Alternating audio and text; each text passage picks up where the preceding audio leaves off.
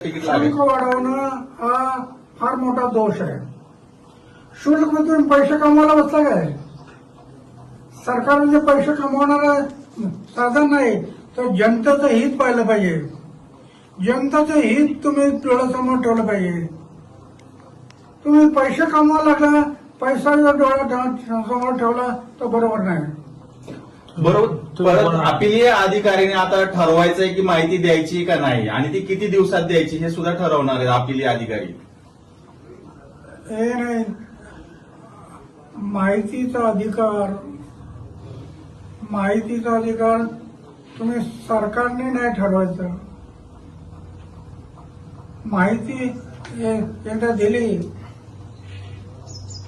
आता नॉर्मल तुमचं एक तिकीट होतं, ते बरोबर होतं.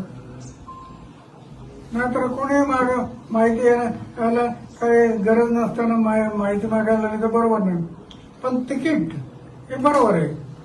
पण तुम्ही 10 रुपयाच्या माहितीचं 10 रुपयाच्या तिकिटाच्या ऐवजी 30 रुपये करायला लागला तर शासन पैसे कमवण्याच्या मागे लागलं असं म्हणायला.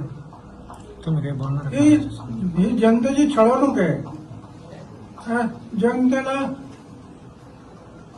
जनतेची छळवणूक होते. तुम्ही जनतेचं हित पहा तुम्ही आणि त्याप्रमाणे तुम्ही मुख्यमंत्र्यांना काही पत्र किंवा काही बोलणार आहेत का? मुख्यमंत्री काय, आम्ही हे पाहू, याच्यात बदल नाही केला तर मुख्यमंत्र्यांच्या विरोधात सुद्धा आम्ही आंदोलन करू, उपोषणाला बसू. एक उपोषणाला माहितीच्या अधिकारासाठी केलं. माहितीचा अधिकार, दप्तर दिरंगाई, बदल्यांचा कायदा, एवढ्या 10 कायदे, लोकपाल, लोक आयुक्त, 10 कायदे केले. हे जनतेच्या हितासाठी केले. सगळे जनतेचं हित. माझ्या आयुष्यात झोपण्याचा बिस्तर आणि जेवणाचं ताट आहे, काही ठेवलं नाही. माझं बँक अकाउंट कुठं असतं माहित नाही. पुरा जीवन समाजाच्या सेवेसाठी लावलेलं आहे. आणि समाजावर अन्याय होत असेल तर पुन्हा एकदा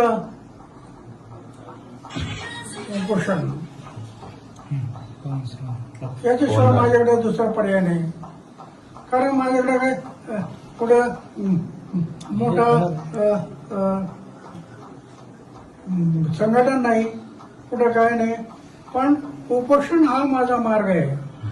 आणि मी आतापर्यंत एवढे उपोषण करत आलो, त्याच्यातून 10 कायदे केले. आता पुन्हा एकदा वेळ पाहिली तर वयाच्या 90व्या वर्षी पुन्हा एकदा उपोषण करण्याची वेळ आली तरी मी मागे घेणार नाही. जनतेच्या हितासाठी मी जीवन अर्पण केलं ना. जगेल ते समाजासाठी, देशासाठी, आणि मरेल ते समाज आणि देशासाठी. ते व्रत घेतलं मी.